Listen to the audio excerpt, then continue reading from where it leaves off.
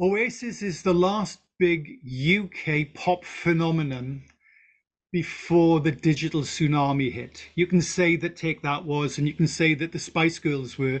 But the point about Take That and the Spice Girls was a girl group, a manufactured girl group, and Take That was a manufactured boy group. But Oasis was the real thing. They come out of, uncompromisingly out of Manchester, and they represented a certain kind of attitude. So they weren't Britpop. I mean, Britpop was a little slightly phony kind of Blairite piece of branding. What they represent are the voice of the disenfranchised, and the disenfranchised has grown in Britain. There are now 850,000 young people not in employment, educational training. I don't know what are we doing here, right? There are all those kids all around the UK that actually Oasis anticipated in many ways, because they were neats as well, to use that expression. You couldn't imagine Liam Gallagher working in Tesco's, and you couldn't imagine, I mean, what jobs were those guys going to do? So what they represented has grown and spread in Britain. It's a disenfranchised young people. Now, they're not young people anymore, but that doesn't matter. Their music comes from a time where they were ahead of a curve, and the other curve that they were ahead of was social media, and they were ahead of digitization. So in many ways, they're the peak of Britain's pop music from the old way of doing things, making records and releasing records. Liam is so photogenic, it's unbelievable. And he's uncompromising. He doesn't pose.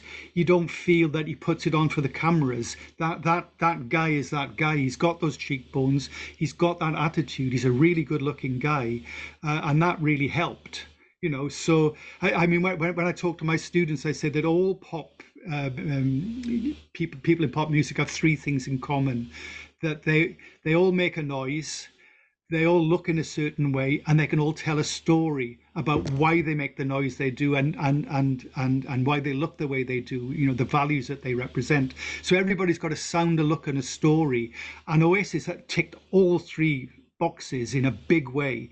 They sounded great, they looked great, and the story was always great because the story was authentic. I mean, they weren't messing around. I mean, I've met them on numerous occasions. I mean, that tension is a real tension. It isn't pretend.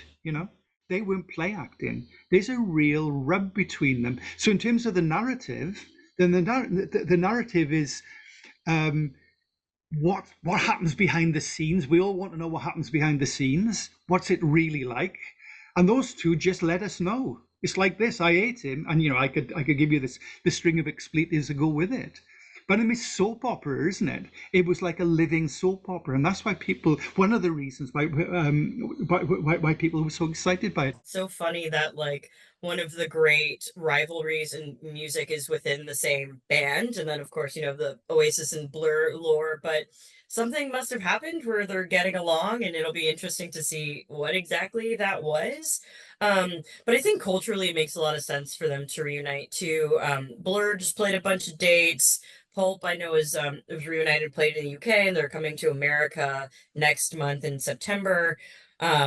Culturally, I think Britpop is sort of experiencing a kind of revival. I mean, the Dua Lipa album from earlier this year was influenced by Britpop. A.G. Cook, who is known as the producer on Charlie XCX's Brat, put out a Britpop album titled Britpop earlier today. I mean, this year, excuse me. The Fontaines DC album, I feel like very heavily. I was, listening to it and like there are a lot of Oasis-y moments on this.